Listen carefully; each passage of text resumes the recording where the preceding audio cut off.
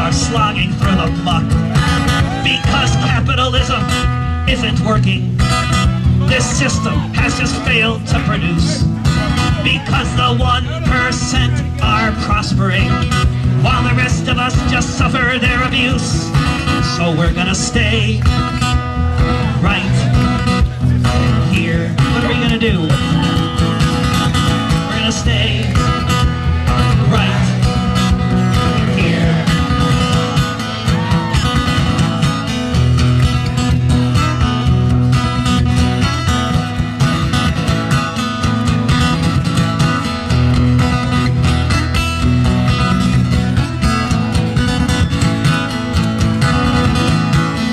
Because it has been demonstrated amply that the winners are the ones who stick around.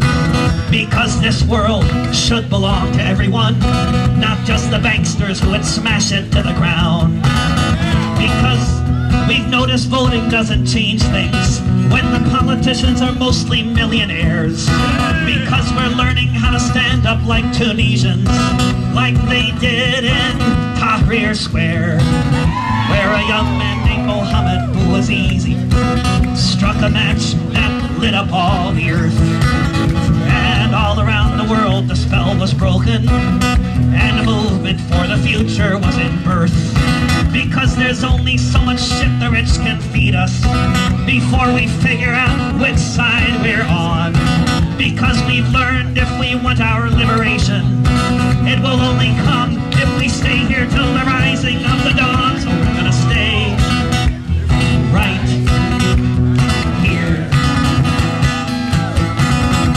We're gonna stay right here.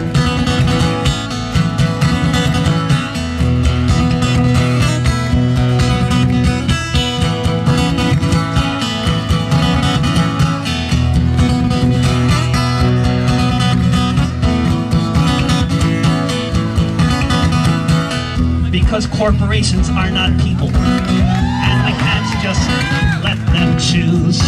Because if we leave our fate to them, then all of us will surely lose. Because the climate clock is ticking, and we can't just leave our world behind. Because corporate rule isn't working, and it's time for humans' hearts and minds. Because you can't take it with you. Because the rich just do not care. Because it doesn't matter how much you make, but how much you can share. Because these moments don't come often. Because we want truly to be free. Because we know what really matters. Something called society. So we're gonna stay right here. What are we gonna do? We're gonna stay right here. We're gonna stay right here. Sing loudly so all the people can hear you. We're gonna stay right. What are we gonna do? We're gonna stay right here. To all our comrades in the police department, we're gonna stay right here. What are we gonna tell the mayor? We're gonna stay right here. We're gonna stay right.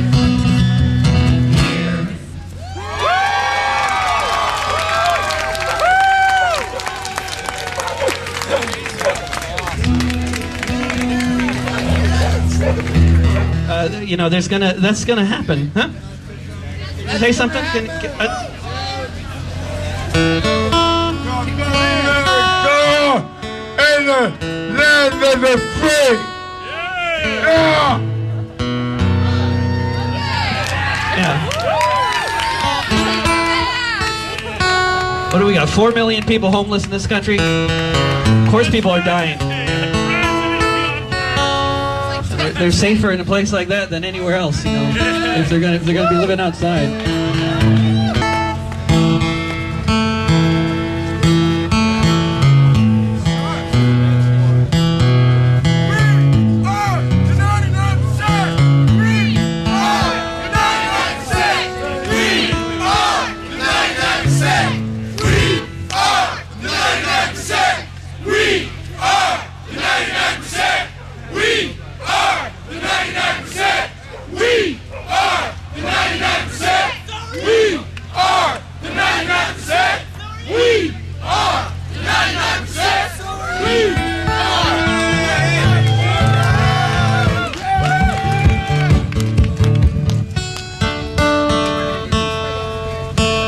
cents on every tax dollar on the military so they can send our sons and daughters off to go die for oil.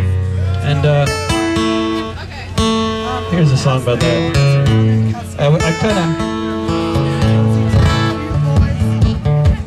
George Bush wrote the chorus, and that is the honest truth. We've got a situation and it calls for a solution that upholds our domination of the planet. We're gonna make our case and we're gonna make it well. And if you don't like our logic, you can it. We'll use impeccable intelligence from any country in the world, as long as we all see eye to eye. And if we don't find quite what we need, we know what to do. Just look into the camera and lie. It's Operation Iraqi Liberation. Tell me, what does that spell? Operation Iraqi Liberation. O-I-L. You can sing along. It's good for cheerleader moves if anybody does that sort of thing. We'll lie about the missiles and the nuclear research. We'll lie about uranium. We'll build military bases and smile for reporters as we give away bubble gum. We'll lie about Bin Laden, his connections with the Saudis. We'll lie about 911. We'll lie about the Ba'athist, their connections to Al-Qaeda, because we know there's none. It's Operation Iraqi Liberation. Tell me, what does that spell? Operation Iraqi Liberation. O-I-L. We'll lie about the North Koreans and we'll lie about Iran, and don't mention Israel. Keep those nuclear weapons out of this song, and we'll all get together swell. And we'll liberate these people, we'll liberate their money, we'll liberate their soil, we'll liberate their airports, we'll liberate their harbors, and we'll liberate their oil. It's Operation Iraqi Liberation. Tell me, what does that spell? Operation Iraqi Liberation. O-I-L. Operation Iraqi Liberation. Tell me, what does that spell? Operation Iraqi Liberation. O-I-L.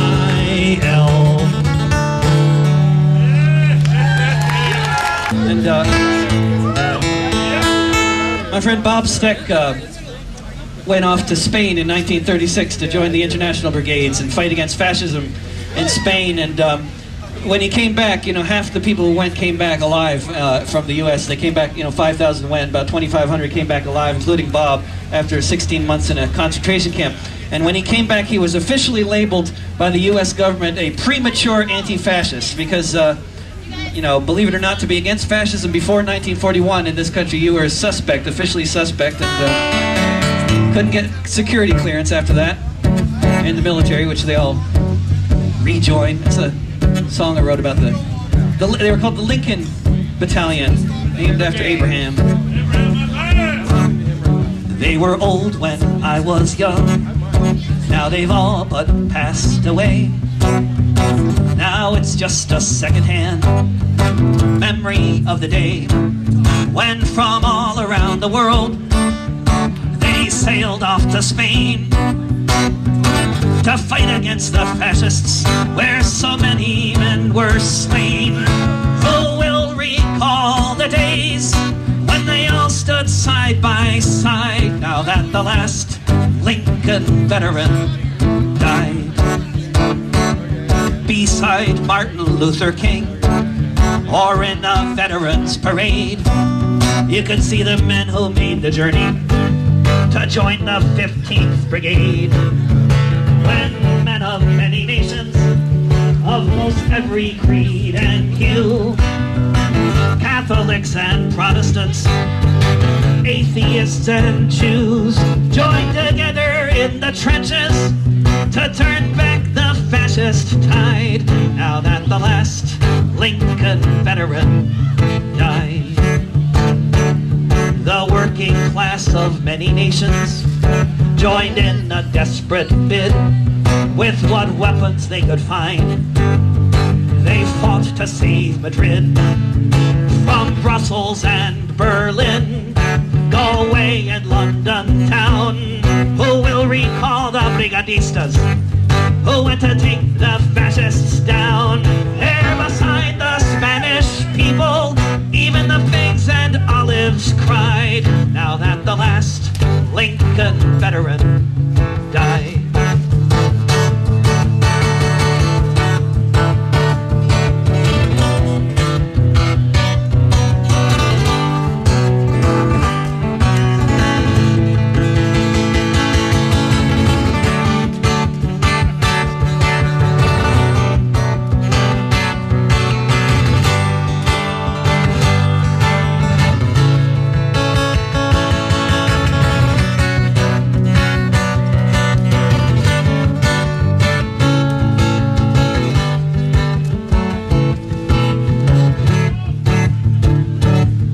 The Republic had the people, but the fascists had the tanks.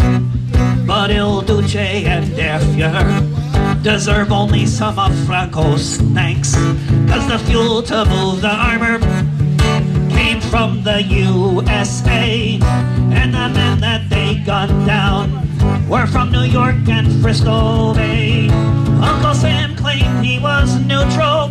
Who will remember how he lied, now that the last Lincoln veteran died? They say people get conservative the older that they age. They say that being radical is just a youthful phase, but the finest communist I've known lived to 95, and he spent his whole life striving for humanity to thrive. To forget these fallen heroes is something I cannot abide, now that the last Lincoln veteran died. Now that the last Lincoln veteran died.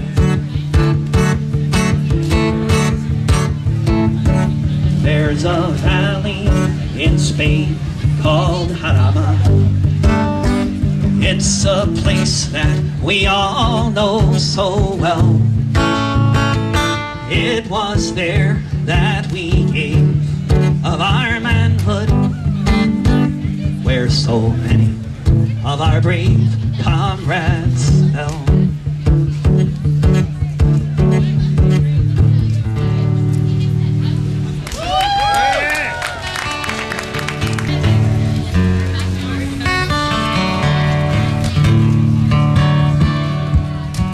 David Rovics is my name. I've traveled through this country from shore to shining shore, and it really makes me wonder the things I heard and saw. I saw the weary farmers plowing sod and loam, and I heard the auction hammer just a knocking down their home. But the banks are made of marble with a guard at every door, and the vaults are stuffed with silver that the farmers sweated for. Yes, I've seen the seamen standing idly by the shore, and I heard their bosses saying, got no work for you no more. But the banks are made of marble with a guard at every door, and the vaults are stuffed with silver that the seamen sweated for. Yes, I've seen the weary miners scrubbing coal dust off their backs, and I heard their children crying, got no coal to heat this shack. But the banks are made of marble with a guard at every door, and the vaults are stuffed with silver that the miners sweated for. Yes, I've seen my people working mighty land.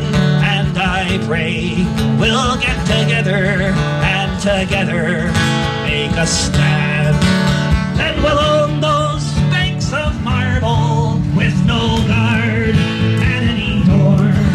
And we'll share those vaults of silver that we all have sweated for.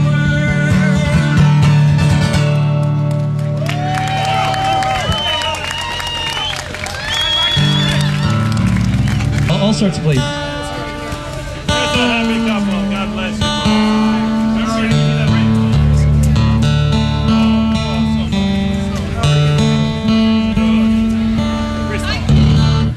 People often say, you know, what is this movement accomplishing? One thing it's already accomplished is it's completely changed the debate, reframed the whole debate in the mainstream media. They have to talk about the division of wealth. They can't avoid the issue of the 1% controlling half the wealth. They have to talk about that. There's a lot of good journalists who've been wanting to talk about that for a long time, but they never get the chance. You know, now they're being told by the editors, well, okay, we got to talk about this now, you know. Much as our owners don't want us to. They're still lying, it's true. They're still lying. No doubt about that. But that statistic is a powerful statistic, what the 1% owns. They have to say that.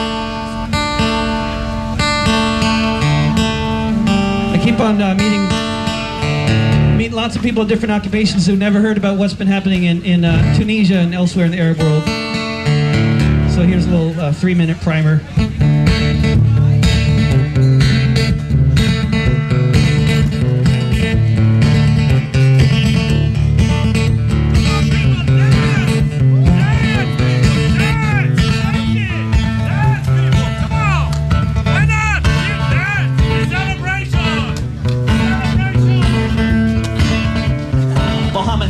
Stand. This was his family's plight ever since his father died on a construction site. He was one of 6 siblings. This would be his fate. Work in the streets of the city to put food on everybody's plate. He couldn't afford the bribes. The cops would make him pay, so sometimes they'd knock his cart over and get him back that way. Last December they smashed his scales to put him in his place, and for good measure a cop spat Mohammed's face.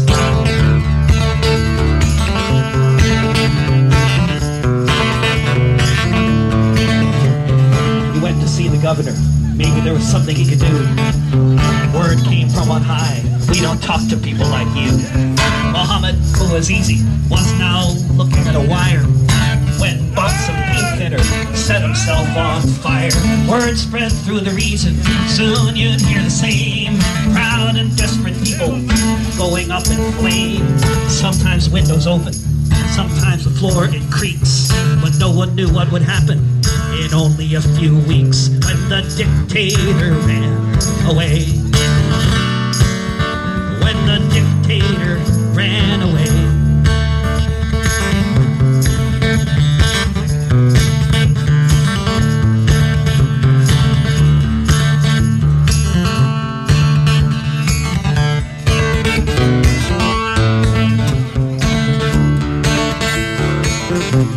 Let's see. More. Oh, there. Is that good? People tried to hold a march for the immolated dead. Police met them there with truncheons and bullets to the head. People went up to the Capitol. They would not be deterred. Sometimes this is just what happens to a dream deferred. The police went on the attack. Thousands wounded, hundreds killed. With blood the streets were covered. With gas the air was filled. But the people held their ground. Tunisia's daughters and their sons. And one day the cops had had enough. They just put down their guns when the dictator ran away. When the dictator ran away.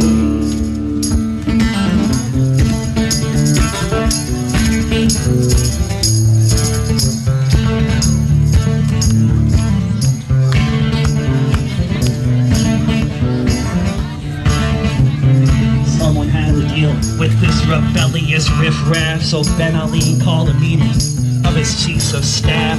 He said these terrorists have decided to go out on the attack. It's time for you, the army, to take our country back. It's time for you, the army, to go and make a stand. Show these terrorists that we are in command. It's time to gun these criminals down.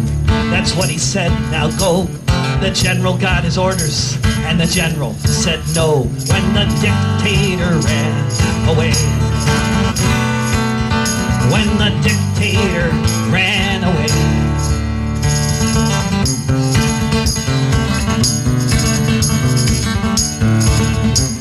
Ben Ali got in a plane, tried to go to France, but he was a hot potato, so he did a little dance.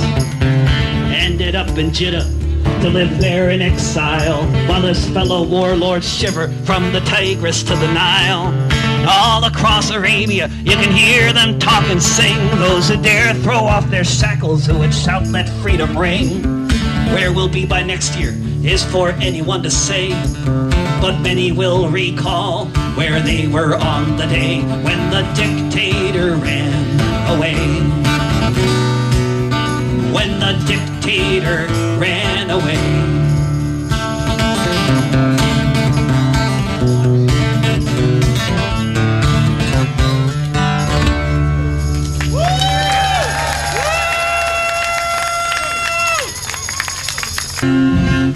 So, my friend Marion was on a march after the Chernobyl meltdown. She was with, there were 200 people marching across Europe over the course of like 3,000 miles. They were marching for 6 months to raise awareness about the problems with nuclear power and stuff.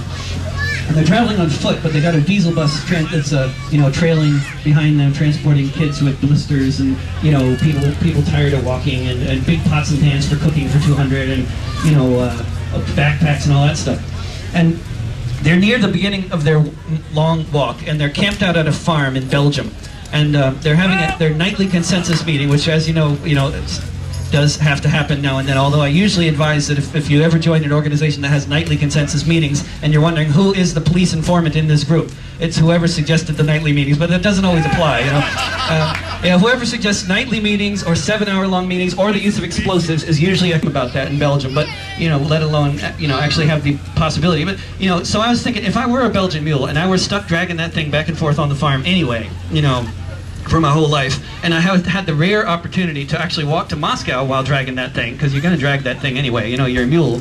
I thought, well, that sounds much better. I would have rather walked to Moscow, so I wrote this song in solidarity with the mules of Belgium. And but I suppose it's more about the Finnish vegans, but I've only met 2 vegans from Finland. Do we have any Finnish vegans? There's just not too many Finns in the world, and they tend to stay in Finland, but we have a Finnish vegan here? Oh, good.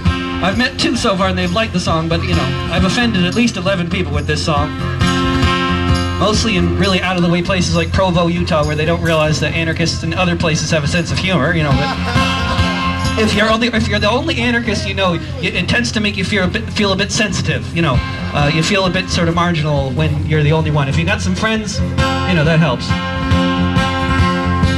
I don't drive a car because they run on gas, but if I did, it'd run on biomass. I ride a bike, or sometimes a skateboard, so piss off all you drivers and your yuppie hordes, sitting all day in the traffic queues. I'm a better anarchist than you.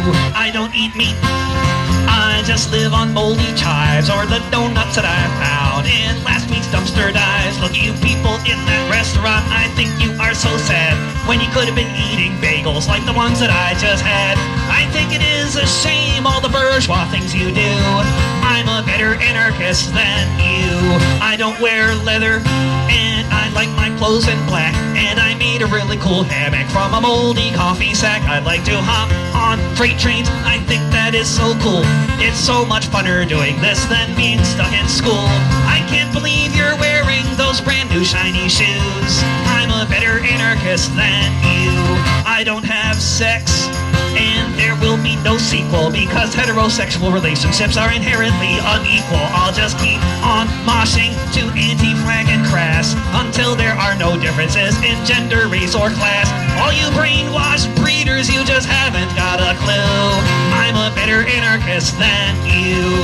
I don't believe in voting, I think consensus is the key. I don't believe in stupid notions like representative democracy. Whether or not it works, I know it is the case that only direct action can save the human race. So when I see you in your voting booths, then I know it's true. I'm a better anarchist than you. I am not a pacifist, I like throwing bricks, and when the cops have caught me and I've taken a few licks, I always feel lucky if I get a bloody nose, because I feel so militant and everybody knows. By the time the riot is all through, I'm a better anarchist than you. I'm a better anarchist than you.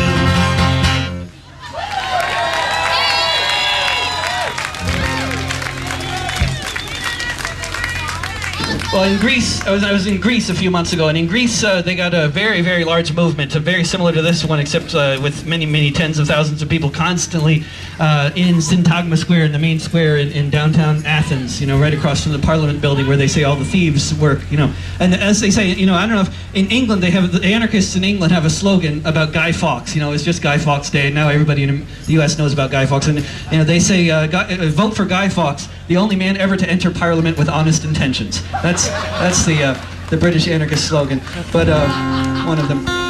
But in Greece, it is easy to see for anybody that visits Greece that not only are many of the people very left-wing and militant, but even the dogs of Greece, even the canine population is left-wing and militant, and this is demonstrated on a daily basis because you know there's all these people hanging out in the parks.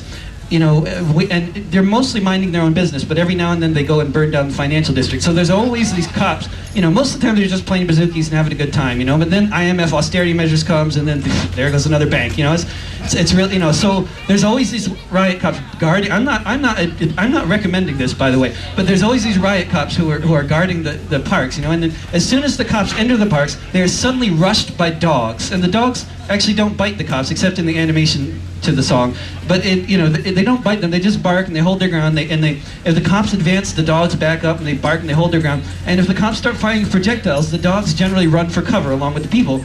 There's certain dogs that never run, though, and one of them is particularly well-known. His name is Lukanikos. Have we heard of Lukanikos?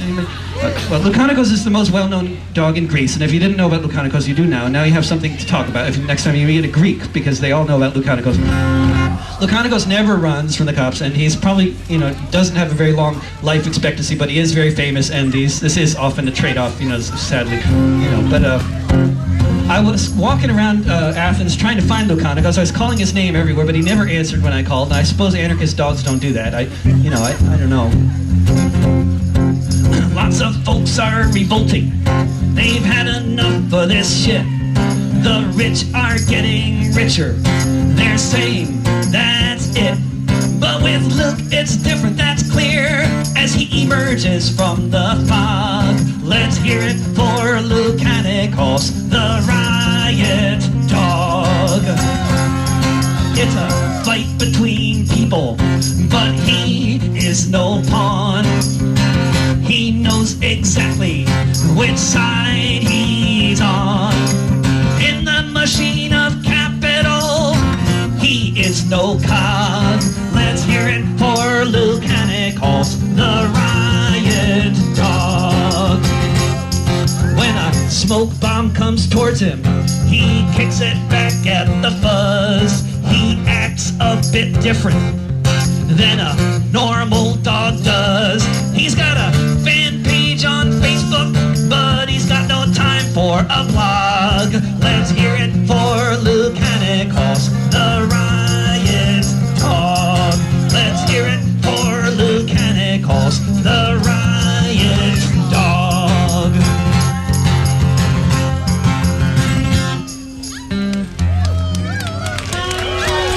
Do a couple kid songs. We got kids around. The General Assembly happening at 7 o'clock, and I was kind of pre-scheduled to sing here, but for what I thought would be a good 24 people, but thanks to the mayor, I've got a bigger audience, which is the way it works. I went to play at the playground to do things I like so much. run with my friends, play make-believe, swing on the swings and such. But this morning I went to the playground and bullies were guarding the swings. They knocked over the slide, dumped out the sandbox, took away all of our things.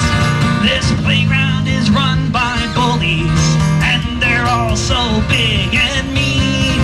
But this playground was made for all of us, and we're gonna change this scene.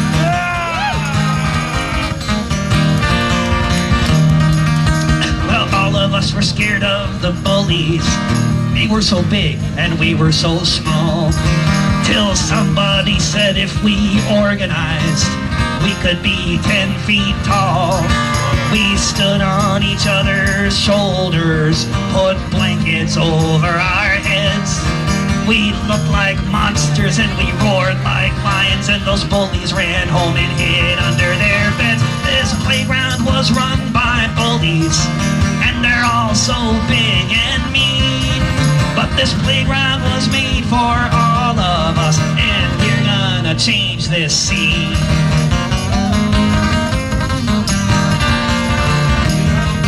Well, we got that playground back, but then we looked across the street, saw the sewage plant belching out smoke, poisoning the ground under our feet. It's giving us all asthma, and the hour is getting late. So we marched across the way, and we blocked that factory gate. 'Cause this world is run by bullies, and they're all so big and mean. But this world was made for all of us, and we're gonna change this scene. This world is run by bullies, and they're all so big and mean. But this world was made for all of us, and we're gonna change this scene.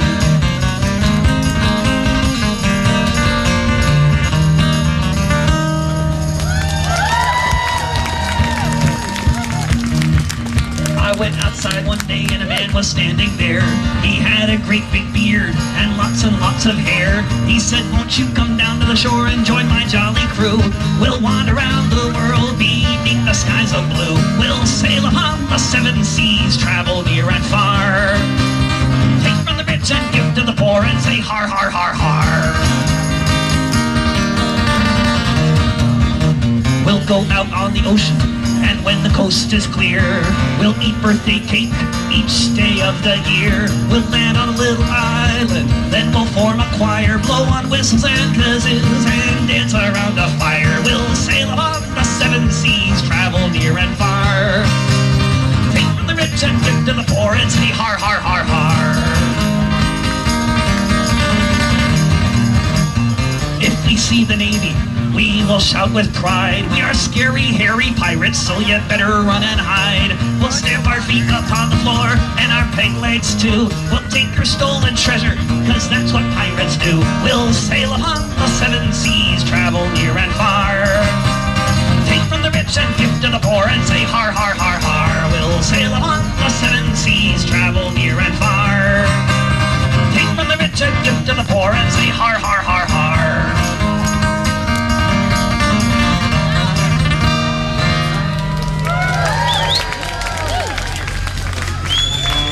Or so.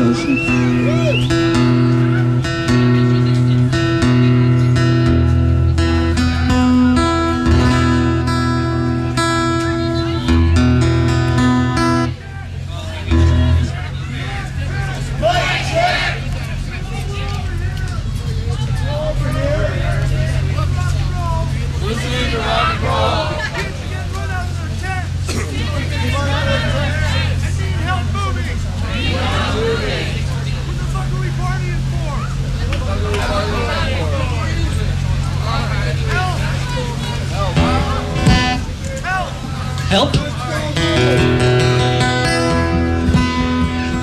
Got a GA coming up in 10 minutes. I'll do a couple more, I suppose.